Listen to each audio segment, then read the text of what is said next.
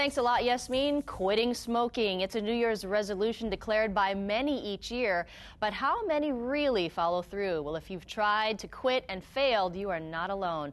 And joining us with more now on ways to kick the habit for good is Dr. Nicholas Nelken from Kaiser Permanente's Smoking Cessation Program. Good morning, Dr. Nelken. Thanks for joining us. Nice to meet you. Yeah. So you are a vascular surgeon, and you've seen the insides of smokers. What does it look like? I've seen the insides of many smokers, and it's astounding how poor they look. About half of the people that I operate on are smokers, and I operate on them because they smoked. And smoking is a killer here in Hawaii, isn't it? It is a killer. It kills almost, and this number is amazing, almost 500,000 people a year in this country, and that works out to about 1,500 people a year in Hawaii alone. That doesn't count all the people who are made sick, so multiply that number by 10 or 20. Now, we hear about smoking cessation programs all the time, and it is really difficult for people to kick the habit because it is an addiction. Realistically, what are the statistics on how many people can actually quit smoking?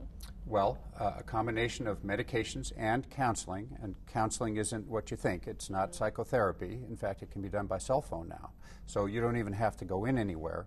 But a good program with a combination of medication and counseling, about 30% of people will quit. And if people go to Kaiser, what will they go through if they're trying to kick the habit? Well, they have a number of meetings which are scheduled, and we call them on the phone, so you can be anywhere that you want to be. You don't have to come in.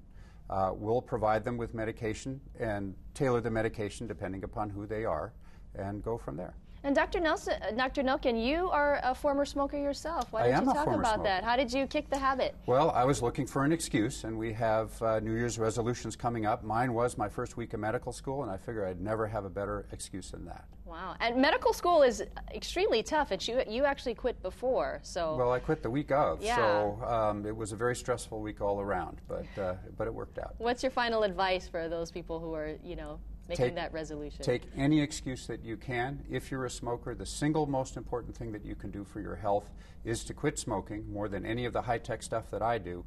And in fact, if you quit smoking, sometimes you can avoid the high-tech stuff that I do. All right. Well, Dr. Nicholas Nelken from Kaiser Permanente, thank you so much for your advice. We really appreciate it. Thank you very much. And if you'd like to see this interview again, you can head over to the morning section of our website, KITV.com. It is 6:15.